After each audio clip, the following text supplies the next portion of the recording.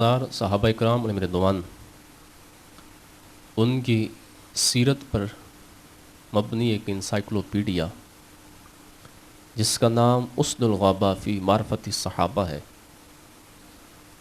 اس کے اندر یہ بات موجود ہے کہ جس وقت رسول اکرم صلی اللہ علیہ وسلم نے اعلان نبوت فرمایا تو عین اس وقت حضرت ابو بکر صدیق رضی اللہ تعالی عنہ یمن کے سفر پر تھے۔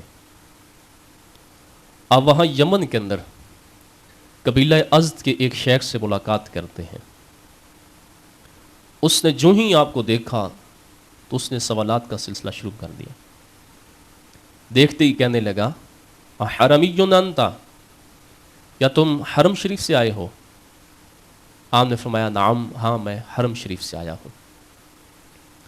وہ دوسرا سوال کرتا ہے اقریشی انتا، کیا تمہارا تعلق قبیلہ قریش سے ہے؟ آپ نے فرمایا ہاں میرا تعلق قبیلہ قریش سے ہے۔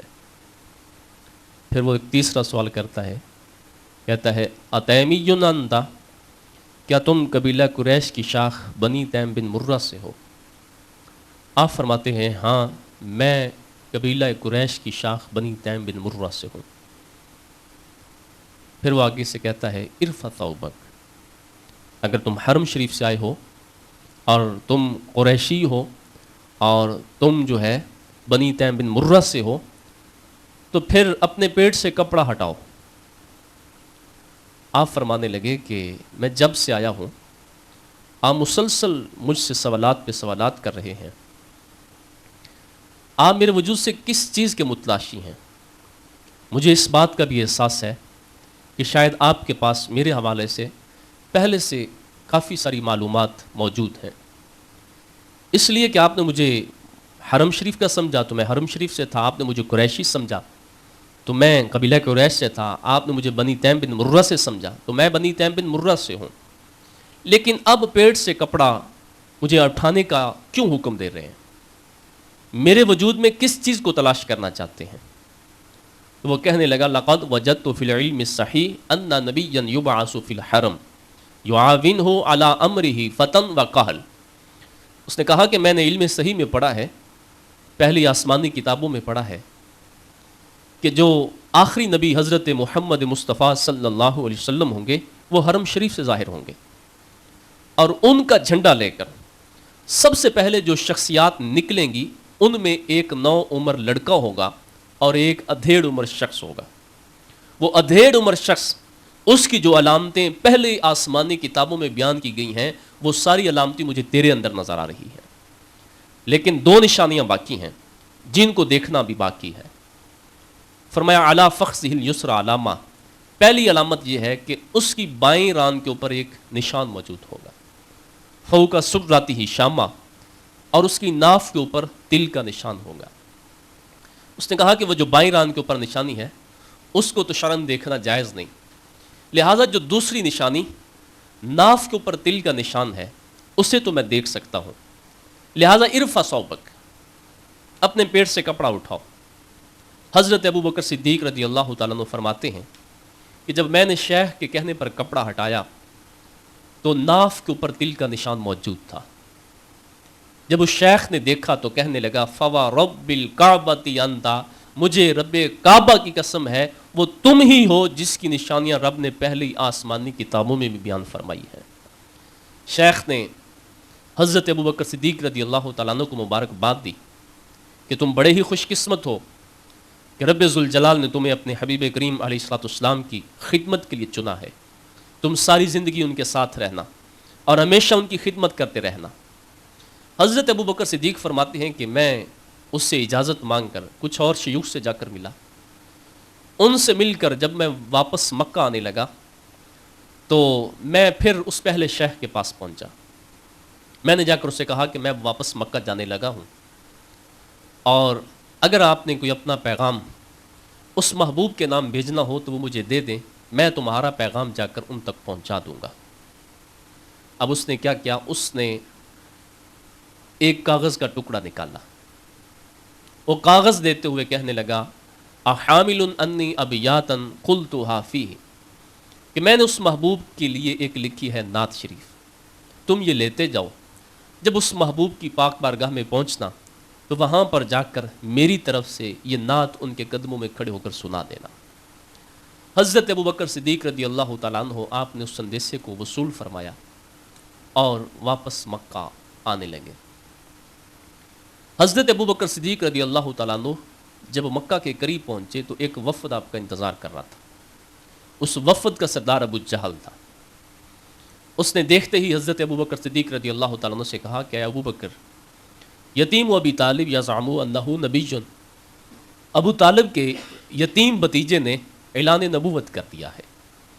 انت النہایہ وانت الکفایہ، اور ابھی تک ہم نے کوئی رد عمل ظاہر نہیں کیا۔ ہم تمہارا انتظار کر رہے تھے کہ جب تم آؤ گے جو تم فیصلہ کرو گے وہی ہمارا فیصلہ ہوگا۔ ذرا سوچو تو صحیح کہ کیا کوئی یتیم بھی اللہ کا نبی ہو سکتا ہے؟ حضرت ابوبکر صدیق رضی اللہ تعالیٰ عنہ ابو جہل سے کہنے لگے کہ مجھے ذرا اس سے ایک دفعہ ملنے تو دو، میں جا کر اس سے سنوں تو صحیح کہ ان کا دعویٰ کیا ہے۔ اب وہاں سے نکلے اور سیدھے حضرت سیدہ ام المومنین حضرت خدیجہ الکبریٰ سلام اللہ علیہا آپ کے کاشانہ اقدس کے دروازے پر پہنچے، دستک دی، رسول اللہ صلی اللہ علیہ وسلم باہر تشریف لائے۔ میرے آقا علیہ السلام نے جو ہی حضرت ابوبکر صدیق کو دیکھا تو دیکھتے ہی فرمانے لگے، یا ابو بکر انی رسول اللہ الیک و الی الناس جمیعا، اے ابو بکر مجھے رب نے تیرا اور باقی سارے لوگوں کا رسول بنا کر بھیجا ہے۔ اب حضرت ابوبکر صدیق رضی اللہ تعالی عنہ میرے آقا علیہ السلام سے عرض کرنے لگے، ما دلیلو کا یا رسول اللہ صلی اللہ علیہ وسلم، آپ کے اس دعوے کی دلیل کیا ہے؟ ما دلیلو کا، آپ کے اس دعوے کی دلیل کیا ہے کہ آپ اللہ کے نبی ہیں؟ میرے آقا علیہ السلام نے اپنے بہت سارے صحابہ کرام رضوان ان کی خصوصیات کو بیان فرماتے ہوئے ارشاد فرمایا۔ ایک جگہ پر حضرت ابوبکر صدیق رضی اللہ تعالیٰ عنہ کی خصوصیات بھی بیان فرمائی گئیں۔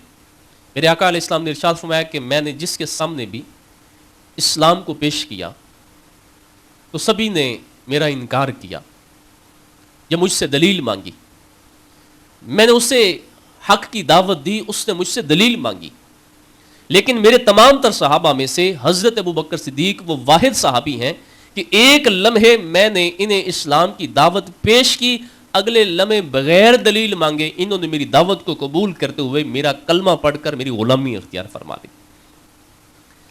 اب یہ بھی روایت ہے اور اس کے اندر وہ دلیل مانگ بھی رہے ہیں۔ تو دلیل دو وجہ سے مانگی جاتی ہے، ایک تو ہوتی ہے اپنے دل کو تسلی دینے کے لیے، اور ایک ہوتی ہے جس معاشرے میں بندہ رہتا ہے اس معاشرے کے لوگوں کے ذہنوں کو مطمئن کرنے کے لیے۔ اب اللہ کے حبیب علیہ السلام سے عرض کرنے لگے، ما دلیلوں کا، اے اللہ کے حبیب علیہ السلام آپ کے اس دعوے کی دلیل کیا ہے؟ تو اب سنیے میرے آقا علیہ السلام کا علم غیب، اب غیب کی خبر میرے آقا علیہ السلام دے رہے ہیں۔ جب انہوں نے کہا ما دلیلوں کا کہ دلیل کیا ہے، آپ فرمانے لگے، الشیخ الذی لقیتہ بالیمن، اے ابو بکر میرے اس دعوے کی دلیل وہ یمن کا شیخ ہے کہ جو تیری ناف سے کپڑا اٹھا کر تیری ناف کے اوپر موجود تل کا نشان دیکھ رہا تھا۔ الشیخ الذی لقیتہ بالیمن، میری نبوت کی دلیل وہ یمن کے شیخ ہیں جو تیرے پیٹ سے کپڑا ہٹا کر تیرے تل کا نشان دیکھ رہے تھے۔ آپ عرض کرنے لگے، کم من شیخ لقیتہ، میرے حبیب میں تو بہت سارے شیوخ سے ملا ہوں، آپ کس شیخ کی بات کر رہے ہیں؟ اب میرے آقا علیہ السلام پھر غیب کی خبر دیتے ہیں۔ میرے آقا علیہ السلام فرمانے لگے، الذی افادک ابیاتا، اے ابو بکر میں اس شیخ کی بات کر رہا ہوں جس نے آتے ہوئے تجھے میری نعت دے کر بھیجا ہے۔ الذی افادک ابیاتا، اے ابو بکر میں اس شیخ کی بات کر رہا ہوں جس نے آتے ہوئے تجھے میری نعت دے کے بھیجا ہے۔ میرے محبوب علیہ السلام کے غلاموں، جب حضرت ابوبکر صدیق نے یہ سنا تو فوراً عرض کرنے لگے، یا رسول اللہ صلی اللہ علیہ وسلم اپنا ہاتھ بڑھائیے۔ میرے آقا علیہ السلام ہاتھ بڑھاتے ہیں، حضرت ابوبکر صدیق رضی اللہ تعالیٰ عنہ کلمہ پڑھ کر مسلمان ہو جاتے ہیں۔ اب حضرت ابو بکر صدیق رضی اللہ تعالیٰ عنہ وہاں سے نکلے اور واپس جانے لگے. رستے کے اندر ابو جہل اور اس کا باقی وفد آپ کا انتظار کر رہا تھا. آتے ہی کہنے لگے بتاؤ ابو بکر کیا فیصلہ کیا؟ حضرت ابو بکر صدیق رضی اللہ تعالیٰ عنہ فرمانے لگے میں تو فیصلہ کر کے آ چکا ہوں. کہا کیا فیصلہ کیا؟ آپ فرمانے لگے میں تو اس کا کلمہ پڑھ کر مسلمان ہو چکا ہوں. اب ابو جہل پوچھتا ہے ایسے ہی کلمہ پڑھ لیا یا اس سے کوئی دلیل بھی مانگی؟ اب حضرت ابو بکر صدیق حضور سے کیوں دلیل مانگ رہے تھے وہ اب سمجھ آ رہی ہے کہ حضور اس وجہ سے دلیل مانگ رہے تھے کہ جو وفد میرا انتظار کر رہا ہے وہ مجھ سے ضرور دلیل پوچھے گا، وہ دلیل مانگے گا کہ کس دلیل کو دیکھ کر، کس چیز کو دیکھ کر تم نے کلمہ پڑھا. تو اب حضرت ابو بکر صدیق رضی اللہ تعالیٰ عنہ فرماتے ہیں، آپ فرماتے ہیں یہ تھی ادھر مکہ میں اور میں تھا ادھر یمن میں. وہاں یمن کے اندر میری جس شخص سے جو ملاقات ہوئی اور اس ملاقات کے دوران میری جو باتیں ہوئیں، جب میں پلٹ کے آیا انہوں نے مجھے ایک ایک شخص کا نام بھی بتا دیا اور اس کے ساتھ ان کے ساتھ ہونے والی باتیں بھی مجھے بتا دیں. آپ فرمانے لگے جو یہاں مکہ کے اندر بیٹھ کر یمن کی سچی خبریں دے سکتا ہے وہ فرش زمین پر بیٹھ کر عرش بری کی بھی سچی خبریں دیتا ہے. آج لوگ کہتے ہیں کہ تم نبی علیہ الصلوۃ والسلام کے علم غیب کو مانتے ہو لہٰذا تم شرک کرتے ہو. امت کا سب سے پہلا امتی جو کلمہ پڑھ کر میرے آقا کی امت میں داخل ہو کر مسلمان ہو رہا تھا وہ میرے آقا علیہ السلام کے علم غیب کو دیکھ کر ہی اسلام کو قبول کر رہا تھا.